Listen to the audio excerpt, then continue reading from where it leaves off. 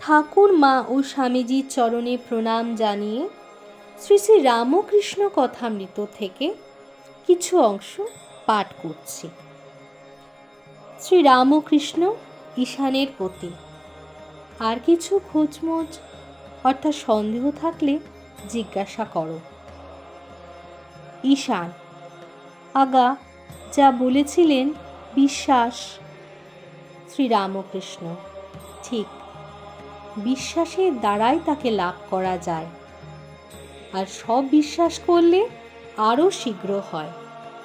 গাভী যদি বেছে বেছে খায় তাহলে দুধ কম দেয়।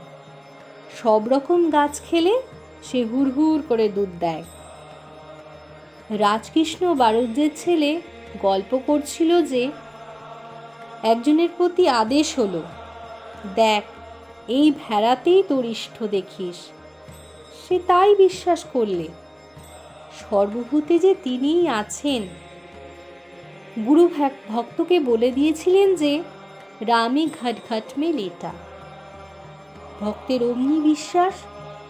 যখন একটা কুকুর রুটি মুখে করে পালাচ্ছে, তখন ভক্ত ঘিয়ের ভার হাতে তার পিছু পিছু দৌড়াচ্ছে আর বলছে, রাম একটু দাঁড়াও, রুটিতে ঘি মাখানো হয় নাই। আচ্ছা, কৃষ্ণ কিশোরের কি বিশ্বাস বলতো? ও কৃষ্ণ, ও রাম, এই মন্ত্র উচ্চারণ করলে কোটি কোটি সন্ধ্যের ফল হয়। আবার আমাকে কৃষ্ণ কিশোর চুপি চুপি বলতো, বলো না কারোকে, আমার সন্ধে টন্ধে ভালো লাগে না। আমারও ওই রকম হয়। মা দেখিয়ে দেন যে তিনি সব হয়ে রয়েছেন। বাহ্যের পর ঝাউতলা থেকে আসছি পঞ্চবটির দিকে। দেখি সঙ্গে একটি কুকুর আসছে।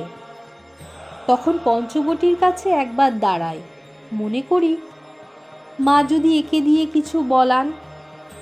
তুমি যা বললে বিশ্বাসে সব মিলে। ঈশান: আমরা কিন্তু গৃহে রয়েছি।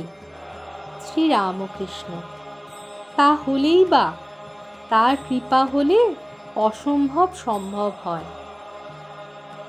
রামপ্রসাদ গান গেয়েছিলেন, এই সংসার ধোকার টাট্টি।